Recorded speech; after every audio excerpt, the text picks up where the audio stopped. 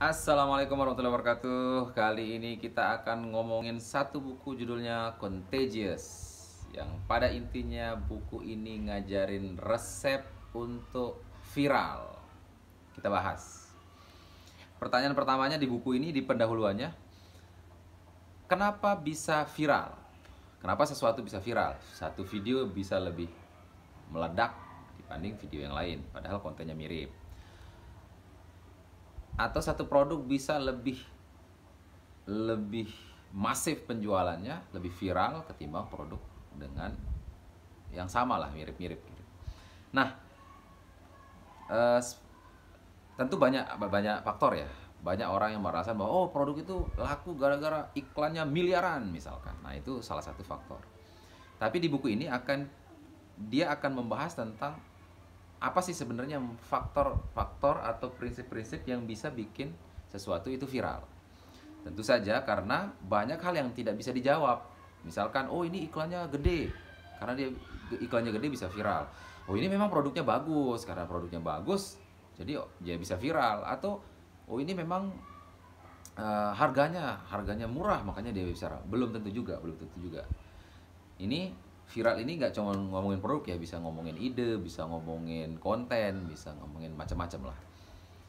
Nah, hal-hal yang tadi, gedenya budget dan segala macam itu tidak bisa menjelaskan beberapa hal yang sifatnya viral. Misalkan gini, di buku ini dia nyontohin, dia membandingkan antara satu nama yang mirip dengan nama lainnya, tapi kenapa satu nama ini bisa lebih banyak dipakai oleh orang ketimbang nama yang satunya.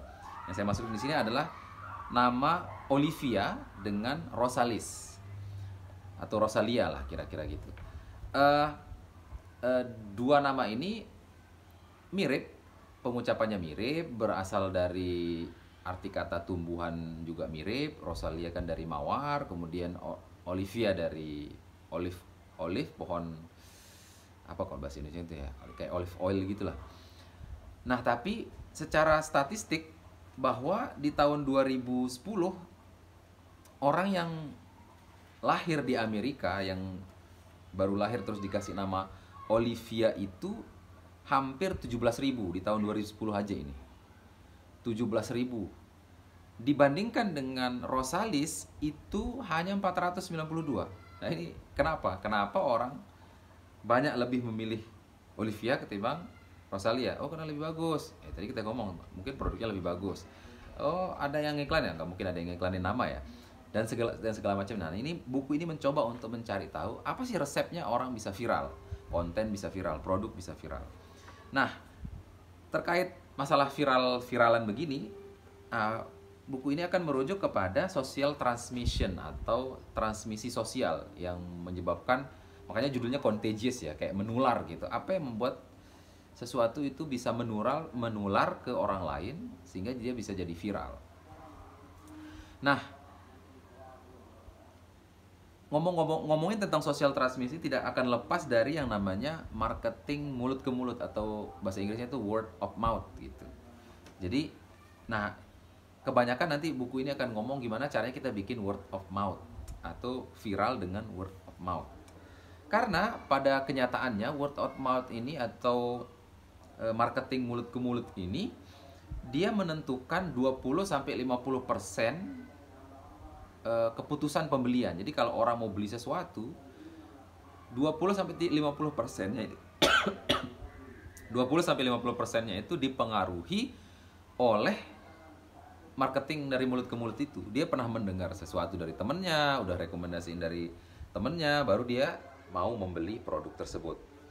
Dan ini fakta yang lain juga adalah word of mouth itu lebih efektif kalau dibandingkan dengan iklan konvensional seperti iklan di TV, iklan di pakai baliho di jalan-jalan. Word of mouth itu lebih efektif. Nah, kenapa lebih efektif? Karena ada dua hal. Yang pertama, dia lebih persuasif. Persuasif itu jadi lebih greget gitu, ngedorong orang untuk melakukan sesuatu. Karena misalnya kalau teman kita ngasih tahu, oh ini kamu beli, ini bagus ini. Nah, ketimbang dibandingkan dengan iklan di TV, kita akan lebih ngedengerin pendapat teman kita. Jadi lebih persuasif sifatnya. Yang kedua, lebih tertarget. Kalau misalkan iklan di TV semua orang ngeliat tapi nggak tertarget. Tapi kalau word of mouth itu, marketing mulut ke mulut itu, orang menyampaikan sesuatu, ajakan atau merekomendasikan sesuatu, pasti dia milih-milih dulu. Dia lihat, oh teman saya ini sukanya main bola misalkan, oh bagusnya kamu pakai sepatu ini loh, apa segala macam. Nah, jadi udah tertarget orang. Orang yang suka bola akan ketemu dengan orang yang suka bola, orang yang suka baca buku dia akan merekomendasikan bacaan ke orang yang suka buku. Jadi itu lebih tertarget. Nah, kemudian apa istilahnya itu? Sekarang pertanyaan berikutnya adalah gimana caranya bikin word of mouth atau bikin sesuatu bisa jadi viral, jadi word of mouth gitu.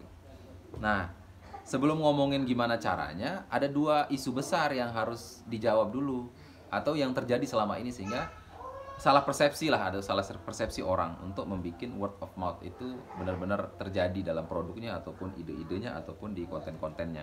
Isu yang pertama kalau katanya buku ini adalah fokus. Fokus dalam artinya bukan masalah fokus ya, tapi lebih banyak orang akan memfokuskan keviralannya itu secara online. Nah, ini nih menarik nih, saya juga baru ngeh ini. Kalau kita ditanya apa istilahnya itu, berapa persen sih viralan lewat online itu gitu. Nah, menurut data ini bukan 50%, bukan 60%, bukan 40%. Di sini apa istilahnya itu, viralan secara online itu hanya 7% aja. 7% saja. Bukan 47%, tapi 7% ya, 7%. Karena apa istilahnya itu, kalau mau mengandalkan viral lewat online itu dia hanya berfungsi itu 7%. Kalau viral loh. Ini kalau kita viral di online itu hanya 7% nyumbangnya. Jadi sangat-sangat sedikit gitu.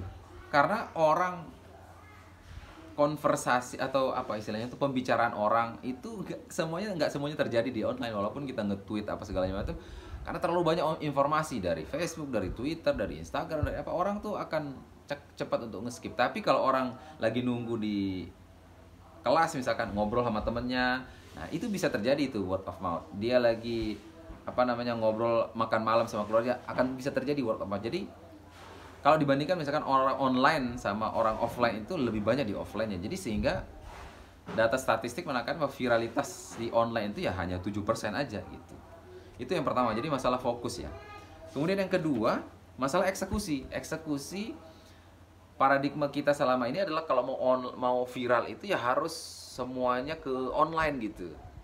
Atau minimal menyerahkan semuanya kepada teknologi. Jadi, gimana caranya bisa viral ini? Oh, teleponnya gini. Pakai iklan Facebook begini, kalau pakai Instagram tuh begini.